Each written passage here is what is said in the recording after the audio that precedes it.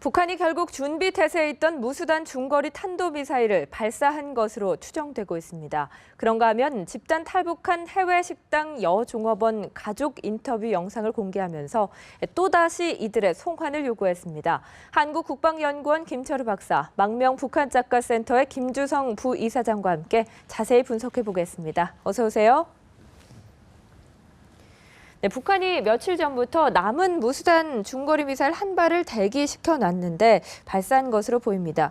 왜 이 시점에서 발사를 했을까? 이 날짜를 선택한 의도가 뭐라고 보십니까? 우선 예상할 수 있는 게 7차 당대를 임박하고 있는데 김정은의 우상화를 가장 드라마틱하게 보여줄 수 있는 게 뭔가 이런 미사일 발사를 통해서 치적을 홍보할 수 있는 그 터닝 포인트를 만들려고 하는데 그래서 4월 15일 날 태양절 이른바 김일성 생일날에서 실패했고 처참하게.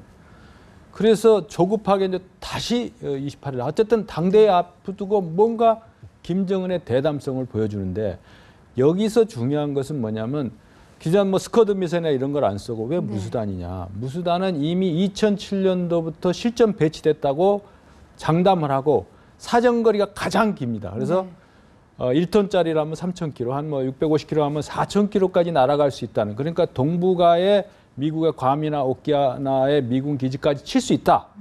그것도 핵탄두를 탑재했을 가능성을 시사하면서 이런 걸 하는 거거든요. 그래서 이제 핵무기 개발은 이미 끝났고 자기들 주장에 의해서 핵 타격력을 보여줘야 되는데 안 되는 겁니다. 그래서 SLBM이나 다양한 그 발사 태세를 갖추고 있는데 요번에 이제 무수단이 북한이 실전 배치했다고 2007년부터 대대적으로 자랑하고 열봉식 때마다 단골 손님으로 등장했던 거죠. KN-58 나오기 전까지 회색의 빨간 그 마크 찌려진 거. 근데 이게 아주 처참하게 이렇게 실패로 끝났는데 과연 이번에 기존에 실전 배치했던 걸 그대로 했느냐 아니면 엔진을 업그레이드 하다가 장거리를 날리려고 하다가 실패했는가는 정보당국에서 분석을 하겠지만은 여기서 중요한 것이 이 당대에 임박한 시점에 모든 북한의 어떤 기형적인 행보는 김정은 우상화로 연결시키려는 의도가 팽배했다. 그리고 외신들이 관심을 갖도록 한다. 그래서 중국이나 미국이 결국은 한반도의 극도의 긴장을 끌어올려지는 상대가 되면은 중국하고 미국으로 하여금 이거 대화와 협상으로 문제를 해결하지 이대로 나서는 안 되겠다라는 어떤 긴박감, 긴장감을 조성하는 것도 다른 술수가 아닌가 이렇게 봅니다. 네, 당대회 전에 뭔가를 해야만 한다는 조급함도 좀 느껴지는 것 같은데요. 지난번에 쏘아 올렸던 건 공중에서 폭발했는데 이번에는 발사 직후에 추락을 했다고 하거든요. 어떤 성능이 보완되지 않은 상태에서 또다시 발사를 했다고 봐야 될까요? 그렇죠. 제가 느끼기에는 제가 거기 북에서 한 30년 이상을 살아봤는데요. 제가 그린 북한의 구도라고 하면은 능히 이번 실패를 가지고 누군가가 강하게 추궁을 받았을 것이고 그리고 또 이런 상황이나 실정 그다음에 이런 답을 놓고 김정은이가 누구보다도 더 그냥 안타깝고 그다음에 거기에 대한 호통을 쳤을 걸로 알거든요. 그러니까 유무를 가리지 말고 무조건 쏴라. 이런 불호령이 떨어지지 않았겠냐는 느낌입니다. 김정은으로서는 이자처럼 결국 우상화도 있겠지만은 외신들을 빨리 자극을 해서 일단 당대회에다가 당대회라는 그 행사의 또 효과를 좀 이펙트를 좀 높여보자는 게 기본 목적이기 때문에 그래서 억지 따짐, 우격 따짐으로 이번에 또 쏘지 않았겠나. 그 결과가 사전에 준비도 없고 모든 것이 없이 쏘다 보니까 또 실패로 됐지 않았겠냐는 생각입니다. 네. 어쨌든 이번 두 번의 실패로 중거리 미사일 수준의 좀 취약성을 드러내지 않았나 하는 생각도 드는데요. 지금까지 보면 신형 방사포 쐈죠. 스커드 노동 미사일, 무수단 미사일 쐈고 지난 주말에 SLBM 시험 발사까지 하지 않았습니까? 그렇다면 그 다음 수준은 핵실험이라고 봐야 될까요? 그건 굉장히 판단을 신중하게 해야 되는데 2013년도에도 이 무수단 미사일이 이동식입니다. 한 30개에서 50개, 많게는 60개까지 보는데 여기저기 끌고 다니면서 굉장히 그때 혼란을 줬던 경우가 있거든요. 그래서 북한의 행보를 공학적인 관점에서 과학기술적인 관점에서 보는 것도 일견 타당성이 있으나 거기 차량이 어땠다 하는 거 저같이 선전선동을 관심 있게 보는 사람들은 기대했던 시간 쏠 것이다 했을 때 정확하게 쏴주지는 않습니다. 쏠 것처럼 마찬가지로 핵실험도 5차 핵실험을 할 것처럼 흘리기는 계속하면서 가장 결정적인 시기에 이제 안 하는 모양이다 할 때 기만적인 그런 것을 해서 충격 효과를 극대화하면서 상대의 모든 전문가나 정보 당국의 신뢰도를 아주 땅에 실추시키는 그런 그 책략과 술수에 능한 저런 조직이기 때문에 우리가 만약의 사태, 모든 준비는 끝났고 만약의 사태에 대비하는 건 당연한 거고 확고한 한미 정보 강비 튼실을 강구를 해야 되지만은 이것이 북한의 고도의 기만 측정이고 나름대로 이 당대로 관심을 끌어모으기 위한 고도의 술수가 배합됐다는 걸 항상 대비를 해야 되거든요. 네. 그러니까 과학기술적 관점에서 그 분석하는 건 타당성이 있고 다음 수순은 핵실험이 될 것이다라고 보면서도 그러면서도 기만을 하고 허를 또 찌르는 그런 도발을 배합하는 그러니까 백과 흑이 아니고 네. 회색 전법으로 나가지 않을까 이렇게 봅니다. 오히려 다들 할 것이라고 생각한 시점이 아니라 어떤 기습적으로 할 가능성이 네. 좀 높다고 봐야 되겠군요. 네. 그런데 일단 무수단 중거리 미사일 발사를 실패하면서 일단 북한으로서는 상당히 체면을 구겼는데 그 이번 실패가 핵실험의 시기에도 좀 영향을 미칠 것이라고 보십니까? 네, 저는 개별적으로 생각을 하는데 이제 만약 그 무수단, 그러니까 미사일 전략이 실패했기 때문에 다음번에 핵실험을 할 가능성을 이렇게 따지면 저보고 물어보면요. 네. 저는 지금 상황에서 북한이 핵실험까지 감행할 여력이 과연 있겠냐 이렇게 반문을 하고 싶어집니다. 네. 그리고 만약에 여력이 돼서 핵실험을 감행을 했다고 해도 지금 북한이 아까도 말씀드렸지만은 당대가 가장 중요한 계기점이거든요. 이 당대 각국에서 어떤 당대표들이 많이 오는가에 따라서 김정은은 앞으로 돌파구를 찾을 여건이 많이 생기기 때문에 그런 계기점을 두고 앞서서 핵실험을 과연 할까 이런 생각이 듭니다. 두 분 모두 좀 지금 당장 할 가능성은 좀 낮다는 데 무게감을 두시는 것 같은데요. 어쨌든 정부는 우리 북한이 이런 발사체를 발사한 데 대해서 강력한 규탄의 뜻을 표명했습니다. 그러면서 유엔 안보리 차원의 조치를 취하겠다라고 밝혔는데 어떤 조치들을 취할 수 있습니까? 네, 유엔 안보리에서 오늘도 그 시진핑 그 기자 리포트에 나왔는데 시진핑 주석이 그 아주 강한 메시지를 네. 보냈는데 완전하고도 회복할 수 없는 그 상태로 비핵화를 계속하겠다. 그런데 마지막에 뭐라 그러냐면 비핵화뿐만 아니고 한반도 평화와 안정 그건 항상 나오는 얘기고 세 번째 대화와 타협을 통한 문제 해결이다. 그렇기 때문에 한반도 긴장을 끌어올리면은 결국 유엔 안보리에서 어떤 제재가 나오겠죠. 그러나 가장 키를 쥐고 있는 그러니까 중국의 입장으로서는 충실한 이행을 보장함으로써 다른 나라들이 중국이 어떤 결정을 하도 반발하지 못하는 기반을 쌓은 다음에 이제 대화의 주도권을 가지고 나올 가능성이 있다 이런 거죠. 그래서 아마 그 고도의 전략적 그 균형까지도 생각하면서 네. 중국이 저는 이번에 당대에 중국이 물밑으로라도 대표를 보내느냐 안 보내느냐 그것이 상당히 중요한 관전 포인트다. 뭐 어떤 뭐 양복을 나눠준다, 뭐 행사 분위기가 어떻다 이것도 중요한 거지만 우리 그 안보를 생각하고 보는 사람들은 과연 중국이 물밑으로라도 과거에 유진산처럼 당 창건 70주년 행사처럼 그 보내느냐 안 보내는 것도 중요한 포인트이기 때문에 앞으로 이 한반도 안보 상황이 전반적으로 굉장히 위중한 국면으로 치닫고 있다는 것은 명백합니다. 그래서 김정은의 의사결정 행태에 우리 같이 전략적 판단이나 합리성을 전제로 한 것이 의외의 화풀이성, 네. 그 다음에 자기의 객기 이런 거를 통해서 상황이 반전되거나 또 악화될 가능성이 있기 때문에 만반의 대비 태세를 갖춰야 된다. 그런 생각을 갖게 됩니다. 네, 일단 당대회를 앞두고 중국의 행보, 중국의 물밑 접촉 가능성을 좀 우리가 지켜봐야 될 것 같은데요. 그런데 시진핑 주석도 얘기를 했지만 중국의 태도, 북한을 대하는 태도가 예전과는 상당히 다른 것 같거든요. 네. 이번 무수단 미사일 발사를 계기로 좀 더 북한 옥죄기가 심해질 가능성도 있지 않겠습니까? 그렇죠. 그러니까 북한이 바로 그런 효과를 또 바라는 거죠. 그러니까 결국은 시진핑 주석도 마지막에 좀 전에 이야기 있었지만 대화 말이 나왔거든요. 그 말이 나오길 또 북한도 아마 바랬을 겁니다. 네. 그래서 여기 보면은 웃긴 것이 뭐냐면 저는 그 현재 지금 국제사회의 기류가 대북 체제 쪽으로 많이 몰리고 있지 않습니까? 그러니까 김정은도 이 기류를 바꿔야 되거든요. 그래서 미사일 쐈다고 보는데 다만 중국의 대북 체제만은 만약에 중국도 대북 체제에 협조를 했다 하면은 저는 감독관을 누군가 둬야 된다고 보거든요. 북한이란 영토하고 직접적으로 붙어 있는 것이 중국입니다. 그것도 네. 삼천리 구역이 붙어 있거든요. 예, 거기에서 밀수밀매라든가 뭐든 그런 교육을 통해서 북한이 이제 경제가 그나마 돌아가고 있고 시장 활동도 돌아가고 있다고 봐야 되는데 이걸 만약 중국이 전면 중단을 하게 되면 진짜 북한에서는 큰 영향입니다. 근데 이거를 누군가가 감독하지 않는 이상 네. 대북 제재를 했다고 하면 했는지 안 했는지 모를 수밖에 없지 않습니까?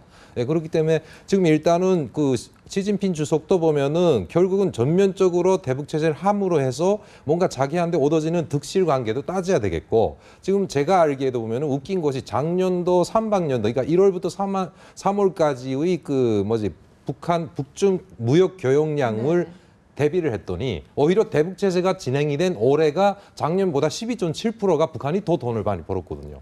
그러니까 이런 걸 봤을 때 당국이 아무리 중국 당국이 대북 제재를 가해서 교역을 하지 말라고 해도 실질적으로 이게 북한하고 교역을 하고 있는 장사꾼들은 당국이 하지 말아도 자기까지 장사를 안 하게 되면 자기는 뭘 먹고 삽니까? 예, 그러니까 아무리 말해도 북한하고의 고래는 계속 하리라고 생각을 하거든요. 그러니까 이런 점을 놓고 볼 때 과연 중국의 대북 제재가 어느 정도 이행이 되겠냐 하는 것도 저는 좀 궁금합니다. 네. 북중 관계가 악화됐다고는 하지만 제재 이행 여부는 또 다른 차원에서 봐야 될 문제인 것 같다라는 생각도 듭니다. 다음 주제로 넘어가 보겠습니다. 북한이 탈북 종업원들의 동료 인터뷰에 이어서 가족의 인터뷰까지 공개를 했습니다. 우리 민족끼리 TV를 통해서 확인해 본 후에 대담을 이어가겠습니다. 저희 딸이 저저런 남녀당에 유괴됐다고 했을 때 저희 심정은 정말 칼로 진짜 멋을 받듯 그 아픈 마음을 어떻게 진정할 수가 없었습니다. 저희 조개 품으로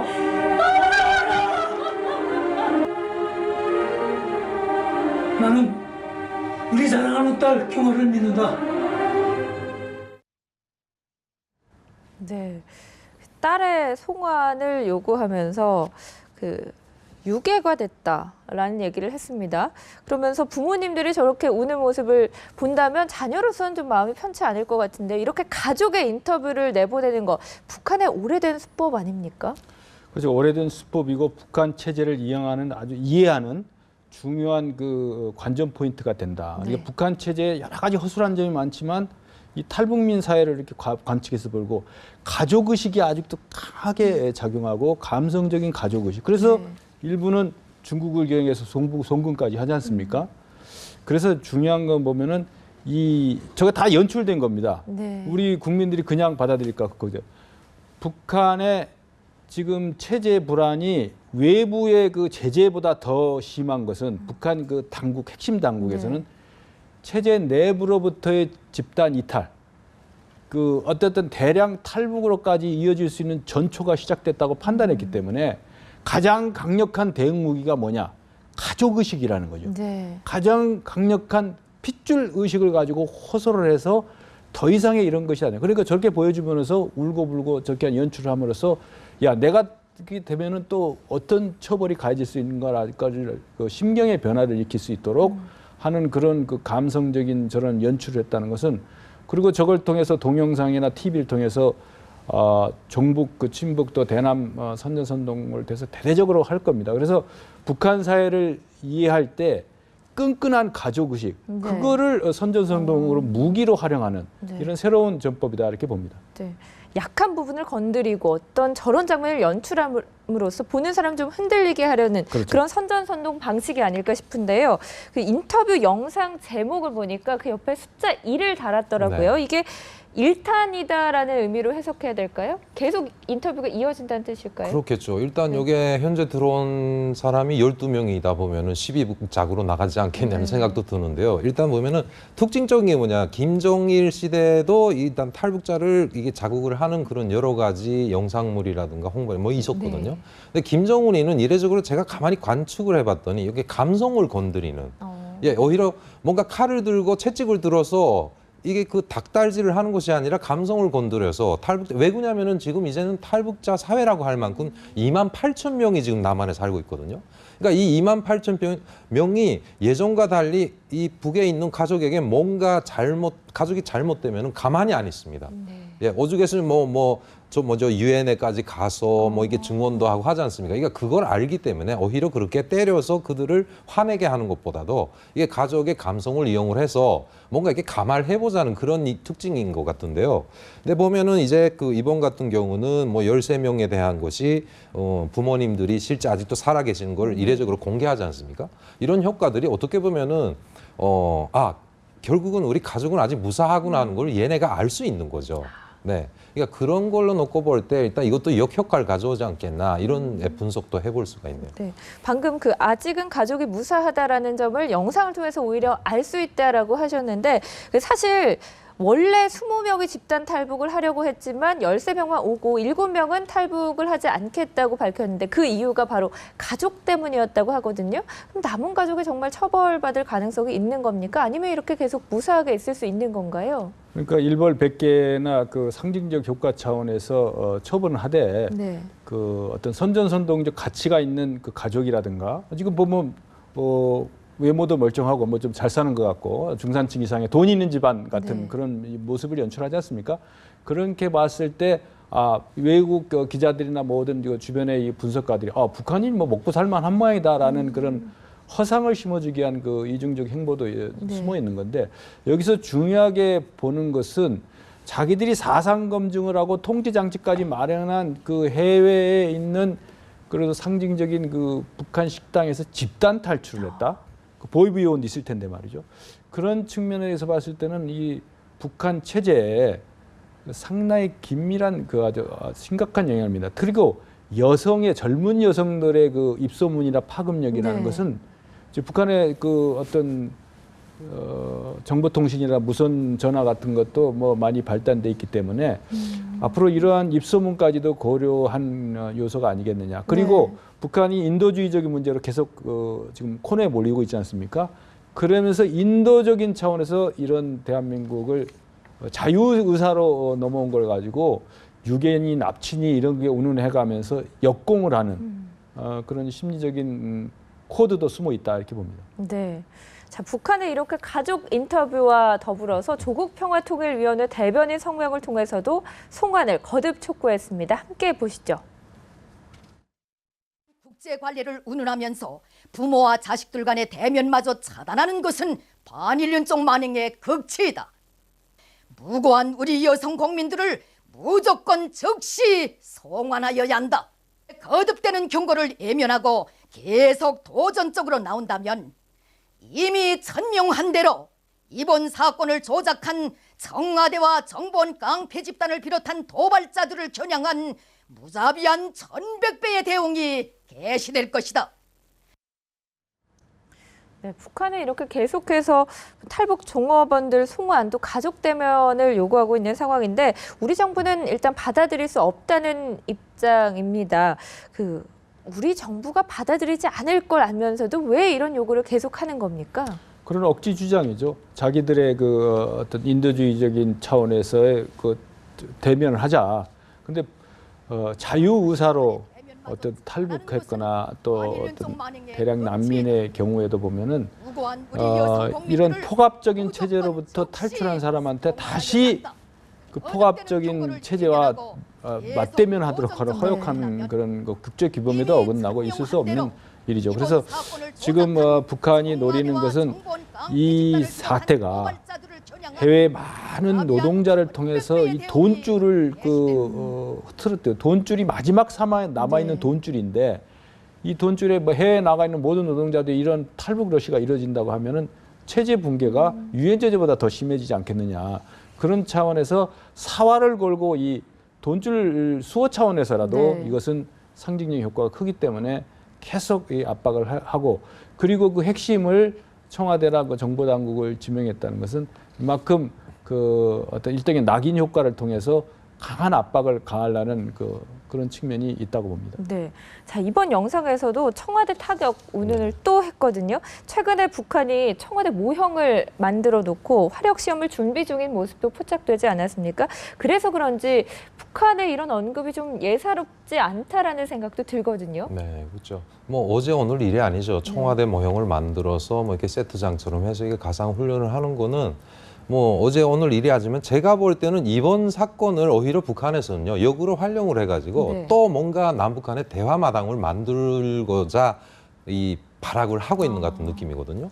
이게 벌써 쉽지 않습니다. 이건 뭐 이 우리처럼 비공식적으로 그러니까 몰래 나간 사람하고 국가가 승인을 해서 외국에 나갔던 사람이 남한에 오는 거하고 성격이 들려지거든요. 네. 그러니까 이거를 만약에 북한이 내적으로 처리를 한다고 하면은 그 네. 입소문이 이제처럼 북한 자국 내 퍼지는 그 효과는 또 그야말로 또 파급적이기 때문에 일단은 언포를 최대한 많이 놔가지고 남한이 그래 그러면 한번 이야기를 해보자 이런 뭔가 반응을 보여주기를 바래서 좀 더 이렇게 뭐 저는 모르겠습니다. 이번 탈북 예전과 같이 목함 지뢰 사건 때하고 네. 달라서 이 어디까지나 이게 탈북 문제인데 이걸 가지고 이렇게 굉장히 그냥 강대수를 이렇게 나오겠다고 하는 것 자체가 어떤 수준인지는 아직 분간이 안 가거든요. 네.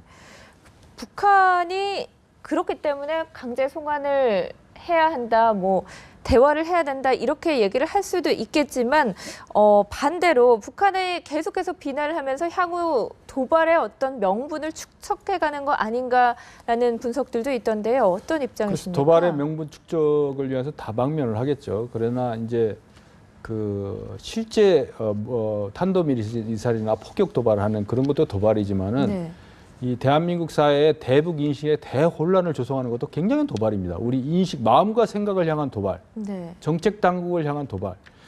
이렇게 했을 때 과도한 그 공포감, 불필요한 그 도발 염려증 이런 것이 확산되게 하는 그래서 우리는 연휴를 쉬는데 북한이 노동당 대하는데 그 뭐 연휴하는 게 맞느냐 이런 얘기까지 회자될 정도로 상당히 그 사이버 심리전적인 효과도 겨냥을 하고 있는 거거든요. 그래서 우리가 국가나 한미 안보 태세와 국방 당국을 믿고 우리 대한민국의 모든 경제나 민생이 제대로 돌아가고 네. 이러한 그런 국제사회 공조 속에서 당분간은 북한이 손두고 나갈 때는 계속 대북 압박을 가야지 섣불리 지금 6개월도 안 됐는데 뭐 이런저런 대화에 또 추가 도발 핵실험을 할 수 있는 명분 축적용이다 하는 건 너무 한 발 앞서 나가는 게 아니냐. 그래서 상황을 전체적으로 관리하면서 네. 현재는 모든 국력을 안보태세를 강하게 하면서 중국까지 동참하는 이 절호의 찬스를 대북 압박. 이번에말로 확실한 학습 효과를 거둬야 된다 이렇게 봅니다. 네.